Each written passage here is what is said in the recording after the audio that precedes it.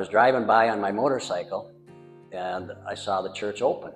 So I thought I would stop, and I came in and waited till went through the ceremony till the end. Jill, who had been playing the organ, I didn't know her at that time, came up to me and said, "Hi, I'm Jill Lewis.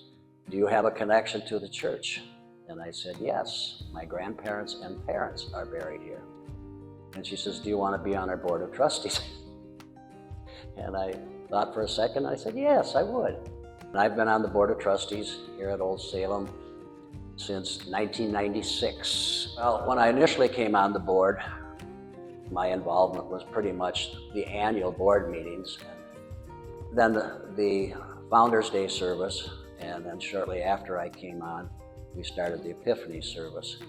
But it was after I retired in 2008 that I became much more involved.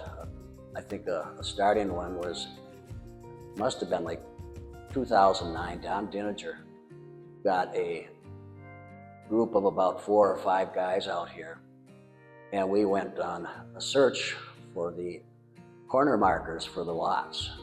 Now those corner markers are ceramic, and they had been put in by Cyrus Zender probably in the 70s, is my guess.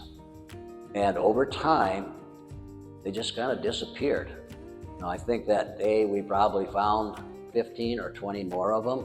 My nephew, who was also on the board at that time and was there, he and I kind of took it as a mission to find all the rest of them. As a follow-up to finding all of those corner markers, I got the idea of making a sheet that kind of showed each lot and the markers on the lot. And I remember I'd come out here with a pad and a pencil, and I would mark out the corners on each lot, and I would measure where the markers were so I could try to, on my diagrams, make that accurate, and then what the markers said. My most special memory of Old Salem is when my wife Karen and I celebrated our 50th anniversary here on September 16, 2017. And it was really special having the feeling of, here I am, essentially going through our marriage vows again, where this is where my grandparents were married. My grandma had 3 sisters who came to Old Salem in 1889 and 1890.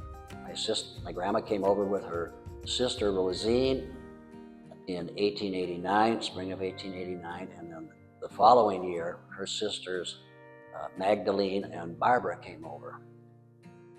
Magdalene and Barbara met their husbands here, just as my grandma did, and so that's pretty special. And of those, Magdalene and her husband Christoph are buried here along with their 4 daughters. Rosine is buried here with her husband Michael. Barbara met a widower by the name of Matthew Engel here at the church, and they were married. He was about 55, and they were only married about 8 years before he passed away. And then she remarried another widower from the church, Kristen Schmid.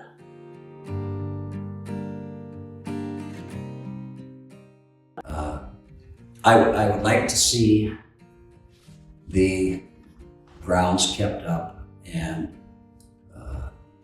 3 years ago, this fall now it'll be, that we had a Boy Scout do his Eagle badge project, and they cleaned off the bank by the lake, which makes such a difference. And I hope that will not get overgrown again.